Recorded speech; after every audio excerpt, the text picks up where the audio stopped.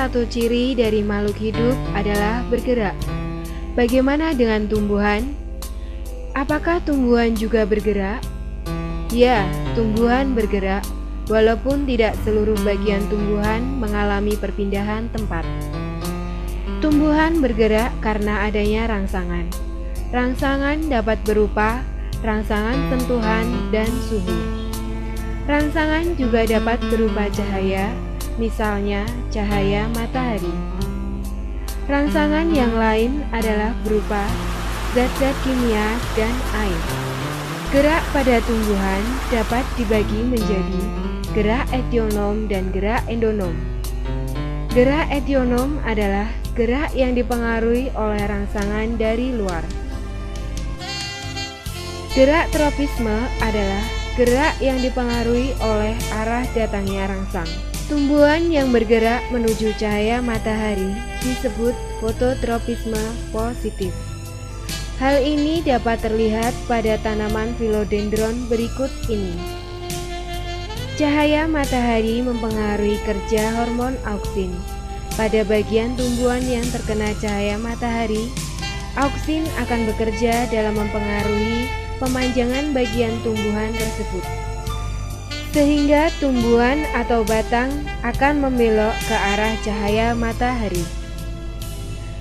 Gerak akar tanaman ini merupakan gerak geotropisme positif, di mana gerak tumbuh akar mendekati tanah.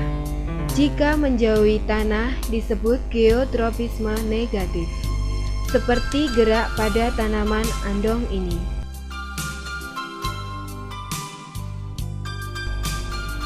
Gerak tikmotropisme terjadi karena adanya rangsangan berupa persinggungan. Contohnya, pada tanaman kacang panjang yang melilit pada penyangga.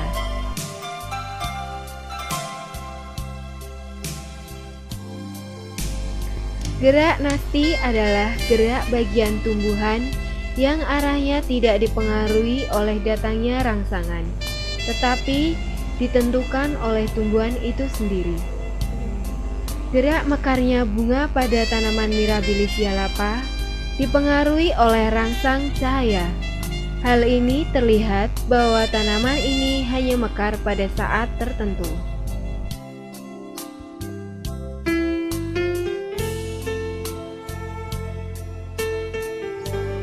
Pada malam hari, daun tanaman Caesalpinia pulcherrima mengantuk. Peristiwa mengantuknya daun tersebut disebabkan oleh suasana gelap. Gerak ini disebut gerak niktinasti atau gerak tidur. Dan pada suasana terang, daun tanaman ini akan membuka kembali. Tanaman Mimosa pudica jika disentuh, daunnya akan menutup. Gerak menutupnya daun ini disebabkan adanya perubahan tekanan turgor pada bagian yang disentuh. Gerak ini disebut gerak tikmonasti. Gerak pada stomata terlihat, di mana stomata dapat membuka dan menutup, yang tergantung pada tekanan turgor.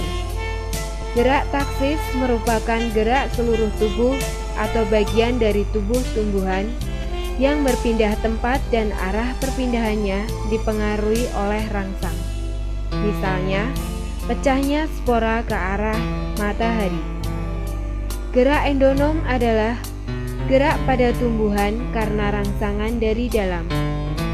Pecahnya kulit buah tanaman polong-polongan merupakan salah satu gerak endonom yang higroskopis, di mana bagian tumbuhan bergerak karena perubahan kadar air pada tumbuhan itu sendiri. Sekarang jawablah pertanyaan berikut ini. 1. Faktor-faktor apa yang mempengaruhi gerak pada tumbuhan? Jawabnya, faktor-faktor yang mempengaruhi gerak pada tumbuhan adalah 1. Cahaya, 2. Sentuhan, 3. Air, 4. Zat kimia, 5. Suhu. 2. Sebutkan macam-macam gerak pada tumbuhan. Jawabnya adalah gerak etionom dan gerak endonom. 3. Sebutkan macam-macam gerak etionom.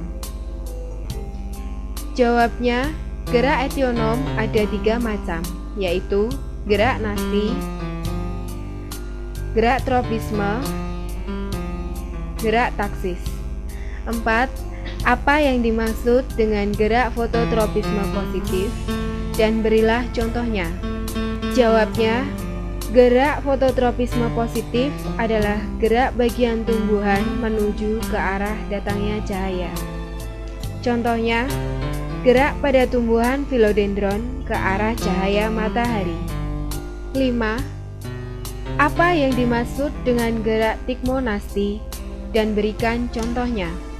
Jawabnya, gerak tikmonasti adalah gerak nasti yang disebabkan oleh rangsangan sentuhan. Contohnya, gerak menutupnya daun mimosa pudica ketika disentuh. Nasti, taksis, selain yang telah ditampilkan tadi.